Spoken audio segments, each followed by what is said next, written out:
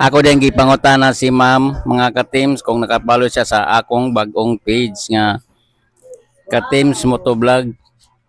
Matik tanan to siya mga ka-teams kung nakapalo siya. Ako na siya ilibre sa plate. Nya wala man siya nakapalo.